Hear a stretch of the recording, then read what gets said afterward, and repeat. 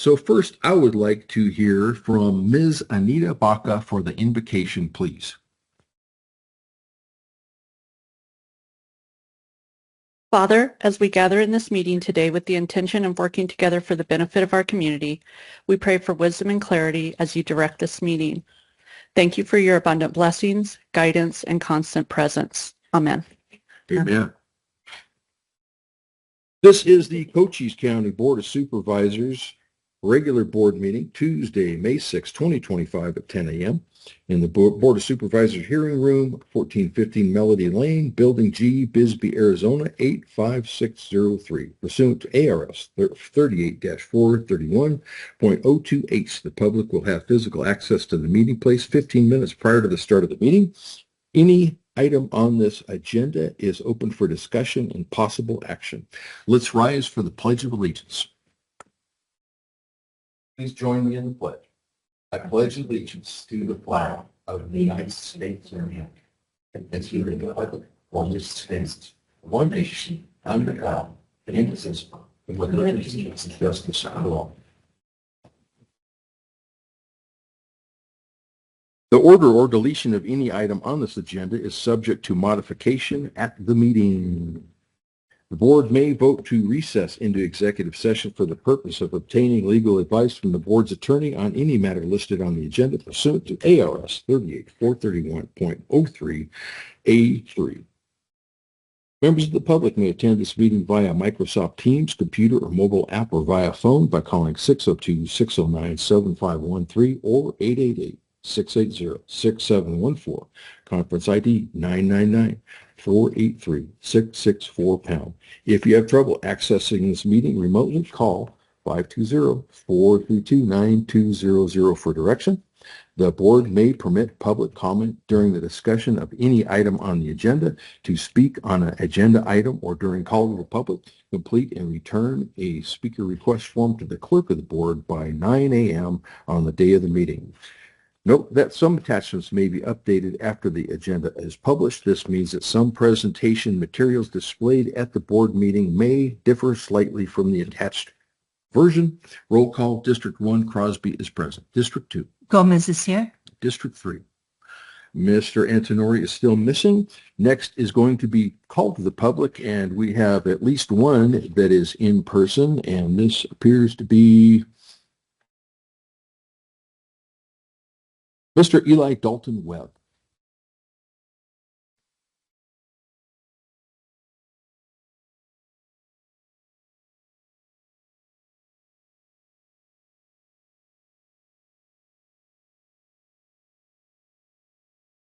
You may begin. Thank you, Mr. Webb.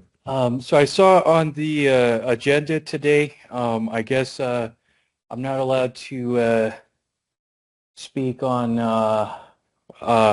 the $4,000 that's going to the sheriff. I'm just, why would you send $4,000 to the county sheriff to basically harass citizens over seatbelt laws? I mean, I guess there's the idea that it's free money from the state, but why? It's not free money because that's funded by tax dollars. So we're funding tax dollars to impose violence on citizens over seatbelt laws. I mean, I've complained about the justice courts not being transparent. Why would we want any activity to go towards the justice courts? They don't have any resemblance of public records. Yeah, I urge the Board of Supervisors to reject, I think it's item number 3. I don't think we should be paying for police to run around harassing people over seatbelts. The other item is I sent you guys a letter regarding jail visitation. I was told by one of the supervisors that it was going to be brought up with the sheriff, and it was never brought up in the meeting. I listened to the whole meeting with the sheriff regarding the jail district, and it was never brought up. So I'm wondering when you guys are going to bring up the visitation with Sheriff Mark Daniels.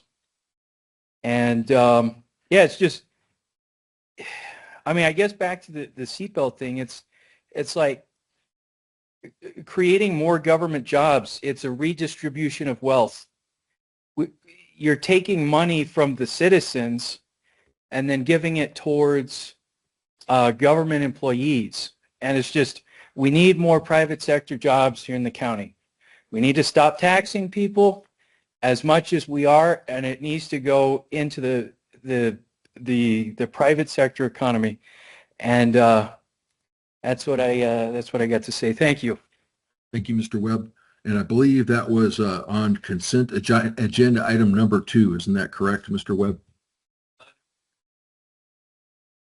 Yeah. That was, I believe that was number 2. Yeah. So you do have another one here, consent agenda item number 3 that you have requested to speak on, and that appears to be Supreme Court Administrative Offices of the Court. Did you want to speak on that or? Okay.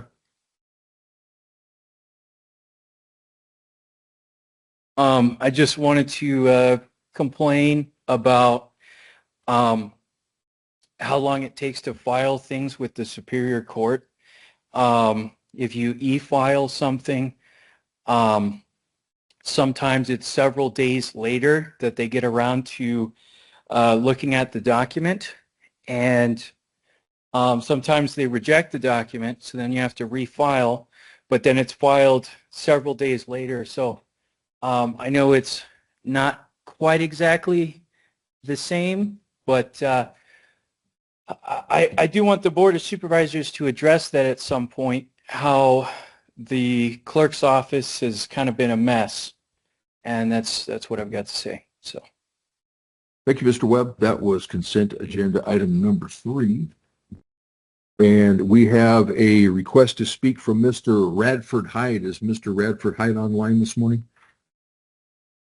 Good morning. Can you hear me? Yes. Sirs? Awesome. This is Radford Hyde from Sierra Vista, and I am going to publicly call out a few things. First of all, where is the CCRC when the agenda item comes up to spend $250,000 on ES&S equipment that screwed up the last election? I called it out a long time ago, right after the other screw up, and said what they're going to do is come at you for more money, for more ES&S machines to fix the failures of the other ES&S machines. So you're spending good money after bad.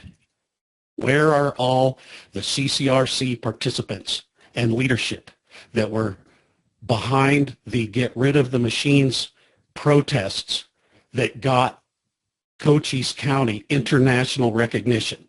They all sat on their hands, doing nothing. Nobody has spoken about this at all. It's embarrassing. They wave their flags, they have their potlucks, but they can't show up to do something that actually is meaningful, and that is put pressure on the supervisors to do the right thing. And I'm talking to you, Frank Antonori, and I'm talking to you, Kathleen Gomez. You people were elected by the election integrity crowd. That is why you are in those offices. That's the only reason why you're in those offices. And you've forgotten about the citizens who put you there. And you want to go ahead and buy more machines, spend more money with this ES&S company that you are not allowed to see the code that's in the machines. Everyone is taking advice from people who know nothing about IT, networking, coding, hacking, any of that, cybersecurity. Nobody is paying attention to the people who have the expertise to give you the advice to get rid of them. What you're doing is really the opposite of courageous. I don't know what you were thinking, and I call on you guys to answer the question whether you actually went home and looked in the mirror like I told you last time and find out and look at yourself and see if you are out of your minds. You're spending our money to buy more machines from that corrupt election scam company. It's just unbelievable. Now, we've got one supervisor, the Honorable Tom Crosby, who is sticking to his guns. He knows what the people wanted when they put him in office, and he's doing what's right despite the political persecution that he's going through. Everyone else should learn a lesson from that man.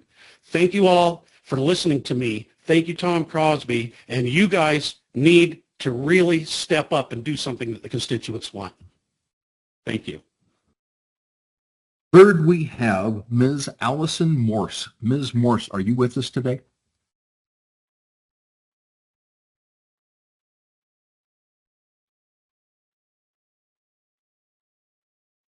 She is online and she's unmuted herself, but I still don't hear her. Okay, Ms. Morse, we haven't been able to hear you yet, but we'll give you another few moments to talk to us.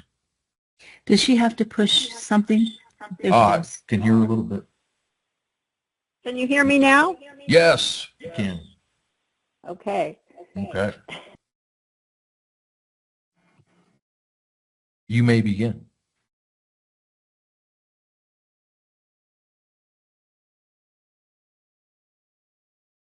Uh-oh. Ms. Morse again somehow.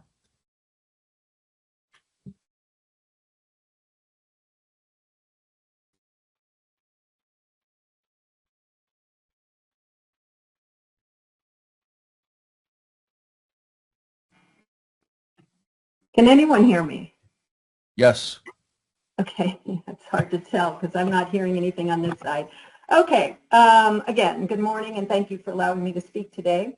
I'd like to actually thank you for approving the Elections Department purchase of 2 high-speed scanners as well as the 2 automated letter openers. These machines will increase the speed of processing ballots, an issue I know you all are concerned about. I'd also like to commend you on supporting the remodel of the Elections Department to allow more visibility while ballots are being processed. Efficiency and transparency is important to all of us, and these are investments that will improve our election process. I also want to share a couple of observations. The first has to do with the board's work sessions. When I listen to the recordings, it's sometimes very difficult to understand what is being discussed when more than one person is speaking at a time. Sometimes there are 2 separate conversations happening simultaneously, making it impossible to follow either one. I would respectfully like to ask if discussion could be limited to just one speaker at a time. I'd also like to request that the chair acknowledge the public's position on agenda items, even if those people prefer not to speak. According to the speaker request form, public hearing items should have name and position read into the records. For action agenda items, just positions should be read into the record. Names are not necessary. I believe the minutes should reflect how many people express support or opposition to an agenda item, whether they actually speak on the item or not. Thank you again for your decision to improve our election process and for the opportunity to share my thoughts with you today. Thank you very much, Ms. Morse. And Ms. Gilman, would you please make a note that we should not have more than one speaker at a time when it comes to our parliamentary procedures meetings, which will be upcoming. I will. Thank you. Thank you so much. Now, since we have already heard from Mr. Webb about agenda items 2 and 3 on the consent agenda, the chair would hear a motion to accept consent agenda items 1 through 6. I move that we accept the consent items 1 through 6 and approve them. Second, is there any discussion about the consent agenda that hasn't been discussed already? Hearing no further discussion, and there's a motion and a second on the floor, I call for the question. All in favor say aye. Aye. Aye. And the motion passes. Moving on to the action item. It appears that you would like to speak to us about action item number 7, Ms. Gomez. Me. Yeah, let's have a motion first, just for consistency. Okay. So I move that we accept action item number 7. Okay, let's just read that whole thing. Just for Okay. just- I move that we approve Community Enhancement Fund expenditures for District 2, provide 2 roll-off dumpsters to Thunder Mountain Church for a community cleanup project not to exceed $2,500. Second, and Ms. Lowenheim, did you have a comment? Okay. Is there anything else that you'd like to speak on that matter? No, I'd just like to really commend Thunder Mountain Church for helping a resident clean up property that really they needed help doing. And I'm glad that we were able, or that, I was able to help them by, providing 2 roll-off dumpsters. Communities coming together to help this family, and it's a really good thing to see. It sure is. So Ms. Gomez points are well taken. We've had a motion and a second. Is there any further discussion? Hearing no further discussion, all in favor say aye. Aye. Aye. The motion 7 passes. So let's hear, may I hear a motion for agenda item number 8, please? I move that we approve contract 25-09-DEV-01 between Elliott D. Pollock and Company and Cochise County for the creation of an affordable housing plan for Cochise County in the amount of $177,400. Second. Ms. Bronson, it's great to see you today. Would you like to tell us about this item? Good morning. Thank you. Yes, just a brief summary. So the Development Services Department submitted a grant application for an affordable housing plan that was through the Arizona Department of Housing. We did receive that grant in the amount of $194,450, and subsequently we submitted a request for qualifications for a consultant to prepare the plan. We received 2 proposals. One was from Elliott Pollock and the other was from Points Consulting. The proposals were evaluated and Elliott Pollock received the highest score. So they were invited to submit a scope of work and pricing, which they did. They proposed to do a housing need assessment for us, a housing investment strategy, and also for Douglas, specifically it's entitled Housing and Economic Development Alignment for the City of Douglas. That was in response to comments submitted by the City of Douglas during the outreach period. And if the board desires, we're pleased to enter into the contract with Elliott Pollock. Okay. May I ask a question? Absolutely. So, what was it exactly that the City of Douglas, requested? Can you tell us so anybody listening can know what that is? Yes. Well, they would like to tie the economics of the City of Douglas with the housing assessment, and they would like some strategies to increase affordable housing, which is an economic issue as well. Right. And probably also ties in with the new port of entry and the hope, well, let's just say the people that will be coming to the community, because while there is some housing, it's definitely a shortage. So Yeah. I'm hoping that would all tie in. Definitely. And we can request that as the consultant is preparing the plan. Certainly the county can guide some of the specifics that are covered. That would be great. Thank you so much. You bet. Is there any further discussion? Nope. Hearing no further discussion, there is a motion and a second on the floor. All in favor say aye. Aye. Aye. Thank you. The motion passes. Thank you very much, Ms. Bronson.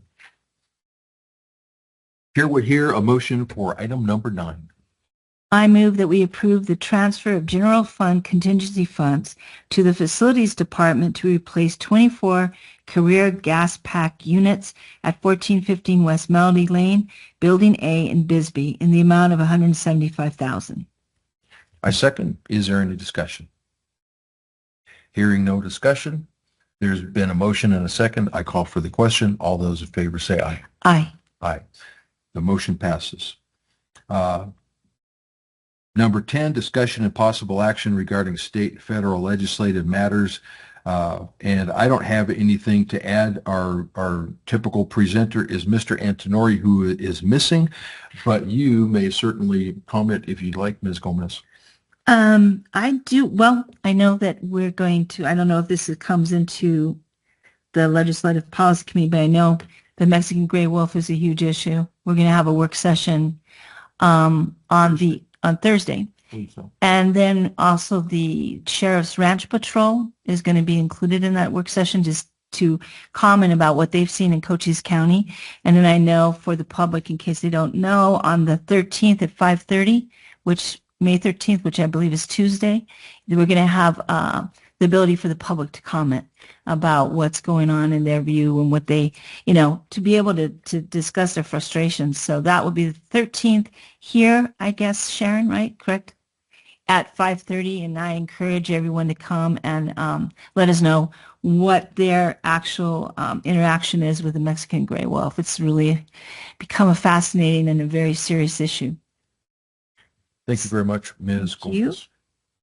Next is report by Sharon Gilman, Interim County Administrator. Ms. Gilman, do you have comments today? I just wanted to remind Supervisor Gomez as well as the public that tomorrow, May 7th, there's the General Services Administration is having a public meeting on the draft supplemental environmental impact statement related to the port of entry of Raul Castro, current port of entry as they do that remodel. So that's happening at the Douglas Visitors Center tomorrow starting at 4. I'd love to know why they do it at 4 and not at 5, because people are still working. I think they will be there until 6. Okay. So it's a kind of a come and go. Oh, is it? Yeah. Okay. And then within the county, we are continuing to finalize our budget numbers and have a presentation to the board next week on those revenue projections and overall budget plan for next year for the board to consider before the June meeting.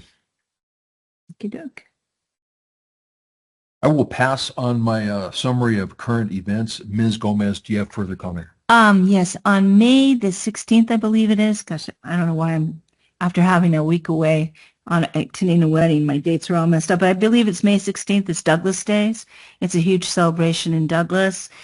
Saturday and Sunday, there's a parade at the park. There's going to be music. There's going to be a lot of vendors. It's always a 2-day event, and it's a really great thing. I encourage everyone to come to Douglas at any point on Saturday and Sunday and join the festivities. Thank you. Thank you, Madam Gomez. Okay, we will now prepare to adjourn. The next Board of Supervisors meeting is today at 3 p.m. in the Board of Supervisors Executive Conference Room for a Jail District Board of Directors special executive session. This meeting is adjourned. Thank you, all attendees.